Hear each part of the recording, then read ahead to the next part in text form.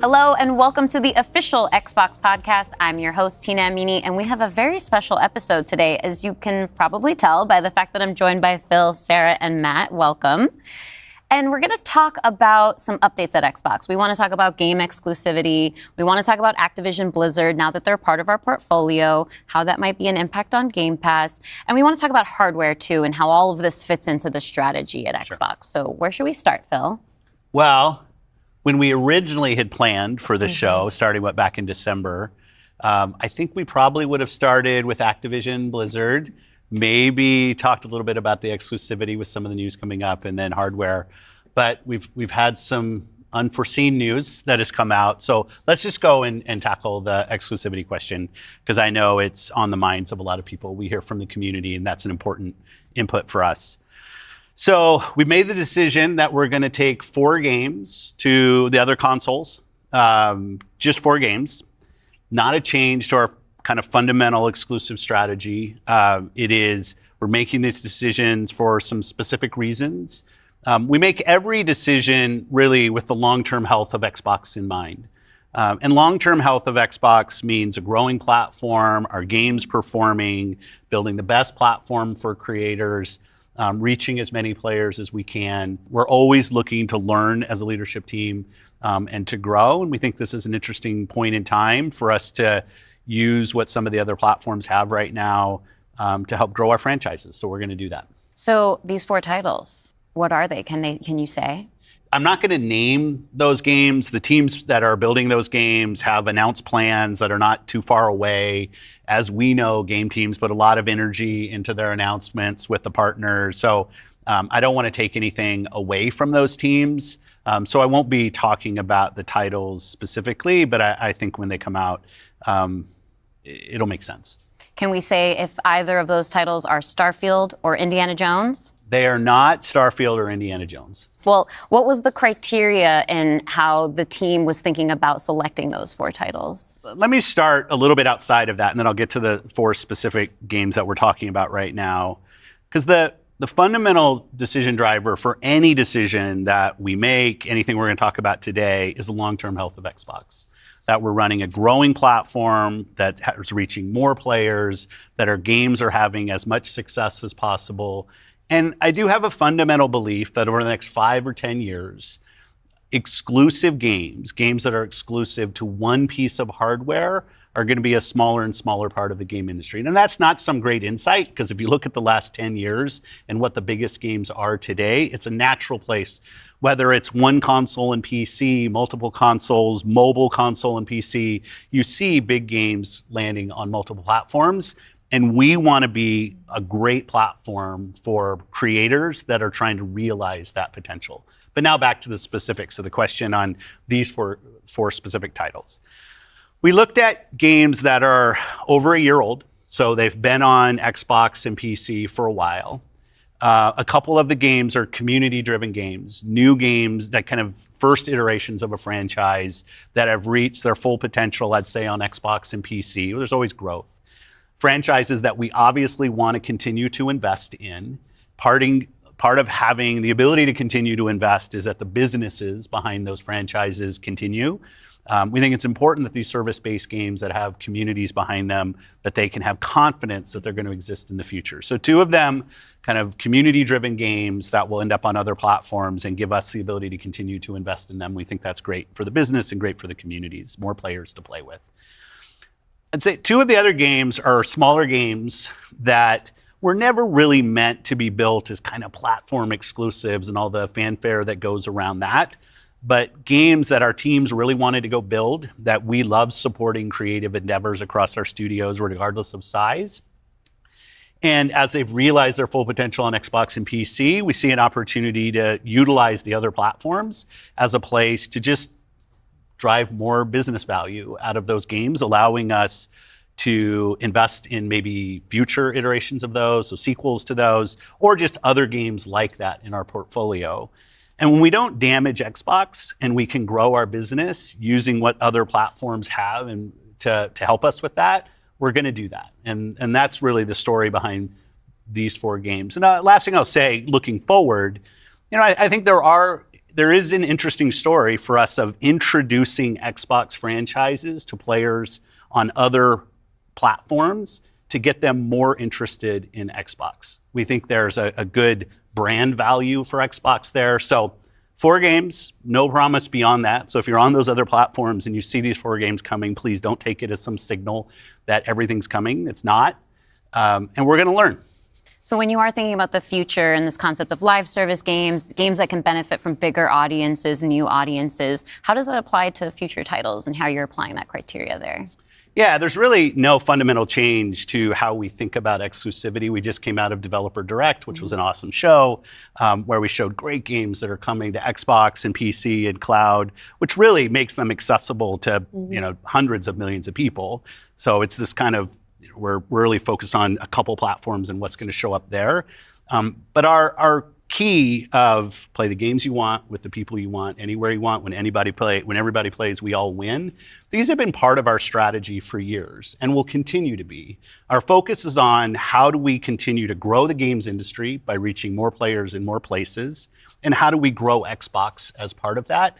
Xbox is a hardware platform, Xbox is a publisher of great games, and Xbox as a platform for the world's best creators. And then knowing that, how do we think about our first-party games and Game Pass? Yeah, well, to build on what Phil just said, one thing I would add, as you were talking about growth, is just that we've sort of seen this inversion over the last 5 years where it used to be that the platform was the biggest thing. That's right. And the games would sort of tuck in within the platform. Today, big games like a Roblox or a Fortnite could actually be bigger than any one platform. Yeah, and that really has changed the way that we think about things. So in the midst of all that, I think we at First Party can come back to sort of some core principles. First, that all of our games will be on the Xbox platform. Second, all of our games will go into Game Pass on day one. And third, we know that Game Pass will only be available on Xbox. So there's sort of starting points for us. As Phil mentioned, there are games today that you can play that only can be found on Xbox. And at the same time, we want to bring more of our games to more players. So we're going to continue to look at that. Kind of moving aside, though, from some of those and thinking more about what does it really mean for the player, to me, the 2 key things are cross-play and cross-save. Those things allow us to deliver on the promise of Xbox, which is play with your friends where they are, play on the devices you want, play the games you want. So that is really only possible at a practical level when you know that your saves and your player are going to be able to move across all those parts. So not all of our games today are necessarily built to take advantage of that. There still will be some games that don't. As we bring more teams into the Xbox family, there's some catch up to do as we get there. But that cross-play, cross-save is like so fundamental to what we're doing, and I think is something that we as First Party get such a good benefit from being so close to the platform. Yeah, absolutely. I mean, that's one of the things, like you said, all of our games are always in Game Pass. And so I'm excited to announce, with the coming together that we had with Activision Blizzard King, that Activision and Blizzard games are coming to Game Pass, starting with Diablo 4 on March 28th, which I'm super, super excited to share today. And it's all part of our commitment to make Xbox, the Xbox experience, and the games that we build as widely available as possible. So now the 34 million Game Pass members can all enjoy the fantastic experience of Diablo 4. Amazing. Can we come back to the point, Phil, you mentioned at the top, this isn't really a change in strategy for us. Can you recap for me how it isn't? Yeah, and I thought both Matt and Sarah did a really nice job of talking about what we're doing on Xbox, where we're going. If you take a platform feature like Xbox Play Anywhere, which has been a promise that we've made on our first-party games, that you can buy our game once, you're going to get play across Xbox and Windows. I think we're the only platform that does this. That makes it possible for you not only to play with your friends wherever they are, but to know that you actually have multiple entitlements to the games. I think that's a technology I would love to see applied to more platforms. But it is this view that people are going to play Xbox in multiple places. Whether it's play the games you want with the people you want, anywhere you want, whether it's content, community, and cloud, whether it's when everybody plays, we all win. Like, we've had different taglines, different strategy kind of words that we've used, but always with this view that Xbox is a platform for creators who want to reach the most players. Our investments in xCloud, our investments in franchises like Minecraft and now Call of Duty and other large franchises so that we learn how to build those. This has been a strategy that we've been on for, I'd say, a decade. It's not about one device. It's not about games in service of a device, but rather the devices that people want to play on should be in service of making the games as big and popular as they possibly could be. Because really a healthy creator community on Xbox, a healthy creator community in gaming all up is the thing that all of us as game players should be voting for, because that's the thing that will lead to the best long-term success and growth in this industry. And my understanding, just from listening and learning from you three over the past few weeks, just understanding what's happening with Xbox, is that we see trends with player behavior where people are playing on multiple devices. That is the reality. And we have put some games out on multiple platforms before. So my understanding is that that's been good for players. How does that come back to the business with all of that in mind? Yeah, as you said, we have shipped games on other platforms. In fact, realistically, if you look with the addition of Activision and Blizzard and ZeniMax, we're one of the largest game publishers on PlayStation. We're one of the largest publishers on the Nintendo Switch, especially when you put Minecraft into the equation as well. And now we're one of the largest publishers on mobile platforms as well. And that's not something that we want to back away from. We want to continue to be building great games that millions and millions of people can love, and that they can play those games where they want to go play. But we do understand the business success that Xbox has to have. Us as leaders in this business, the system today, the system that all companies that we play video games from, is a world of you got to be growing your business. Growth in our Xbox business is critical to the long-term health of Xbox. Many people know I've been on Xbox for over 20 years. And I want to make sure Xbox is in the best position for the next 20 years. That means healthy player community, healthy creator community, and healthy business. So when we look at opportunities to allow more people to play, more people engage, more people to buy, more people to subscribe, it's all about putting Xbox in the best position. And our hardware is a critical component of that. The absolute best experience somebody has on Xbox is hardware that your team builds and that people play on. But that's not going to be everybody. We fully accepted that we're going to have Xbox players across all kinds of devices. So I think a lot of people think about 2023 as this incredible year for gaming. And in a lot of ways it was. There was some really amazing releases that I think we all enjoyed. But what were the signals behind the scenes that maybe indicated how we wanted to look at the future of Xbox and how we kind of keep up with the industry? Yeah, such a good question. And I think it's, as people who care about the industry, which I assume is people who are watching this, it was an amazing year. Some great launches, some of the games that I think will stand the test of time and people will be talking about a decade from now. But it's an industry that didn't really grow. And what happens when an industry doesn't grow? You end up with some job eliminations, which we had. We had even our own hard decisions to make about building a sustainable business for ourselves, but in no way were we alone in that. When you think about a healthy industry, I want players who believe that they will find the best games on the platforms that they love.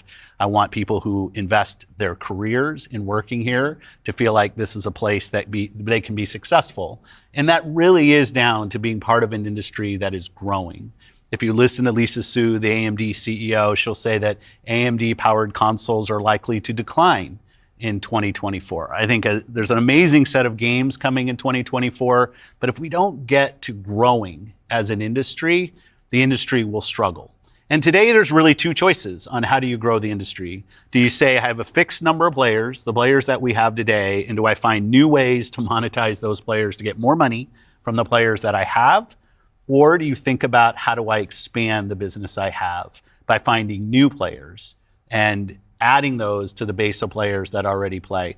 Our focus on Xbox for the last decade has really been on that latter point of how do we make sure Xbox is growing for our players, growing for our creators, so those people are finding success on our platform, which will grow the Xbox business and put Xbox in a position to be very strong for years and decades to come.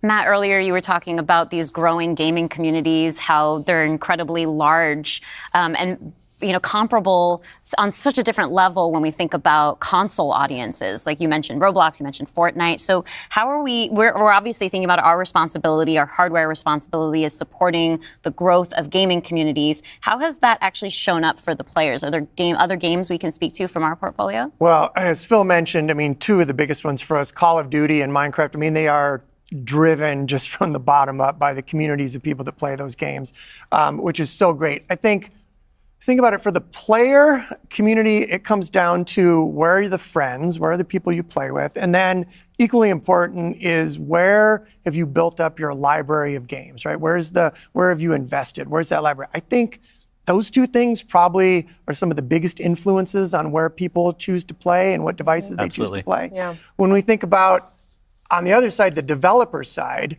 just any game developer wants their game to find the biggest audience possible. That's just the nature of building a game. You want people to enjoy and participate in what you've made.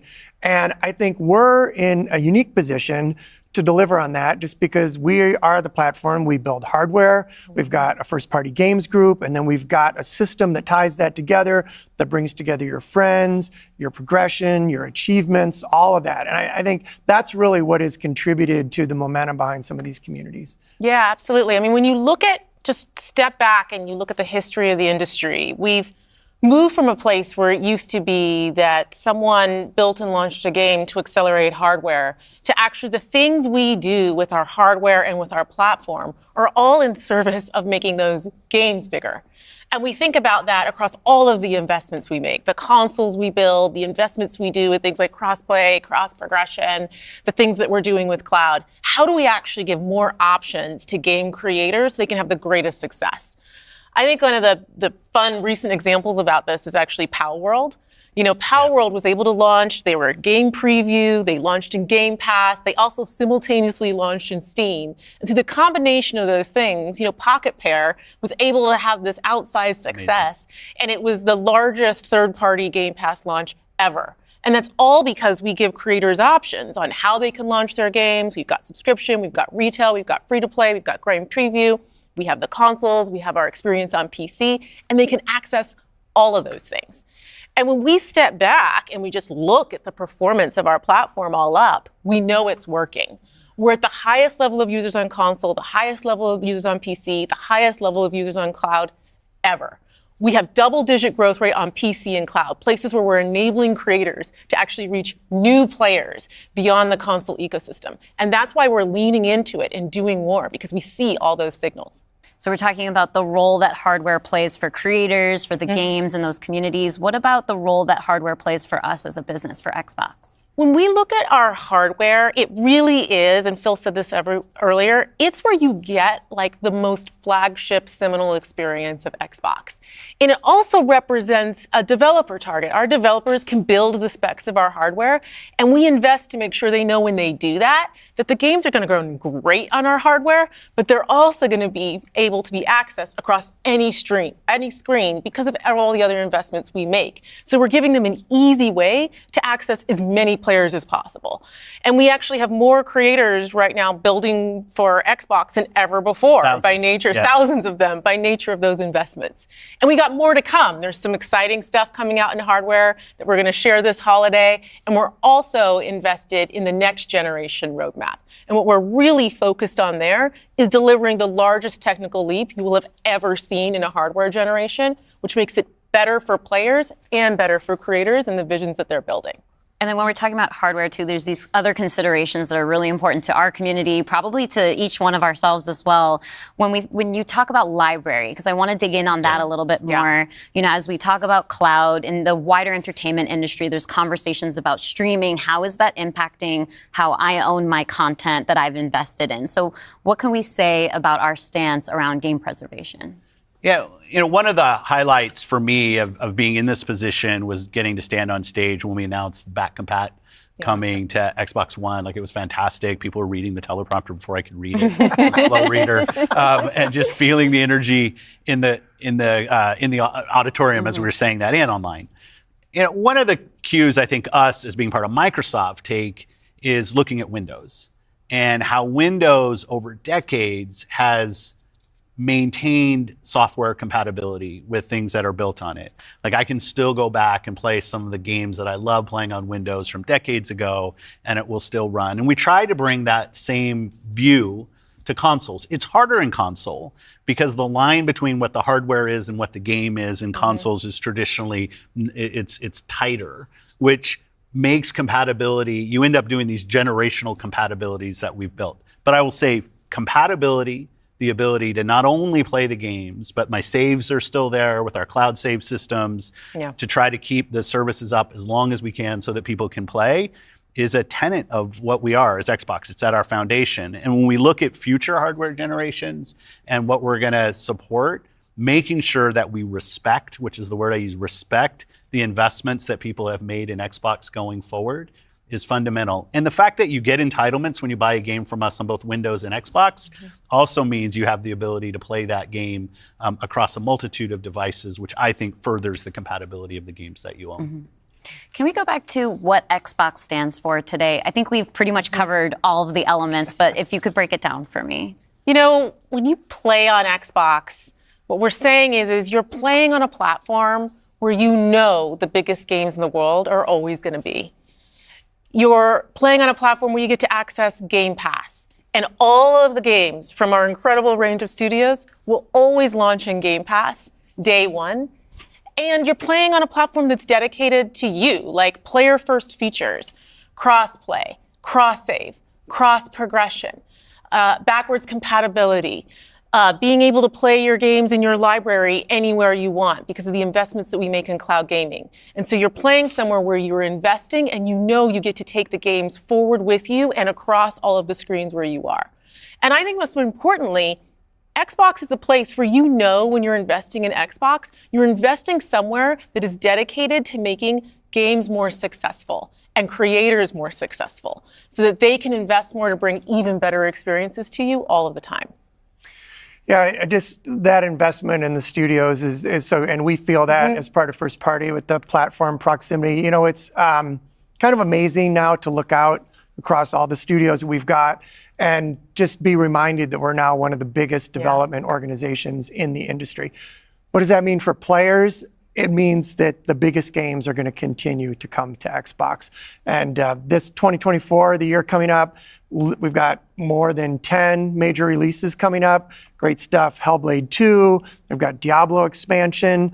We've got Avowed, Ara, the Indiana Jones game.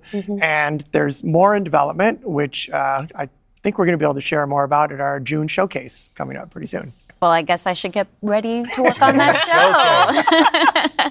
Well, thank you all for showing up on the podcast today, and we'll see the rest of you this June. Yeah. Thanks, Tina. Thank you.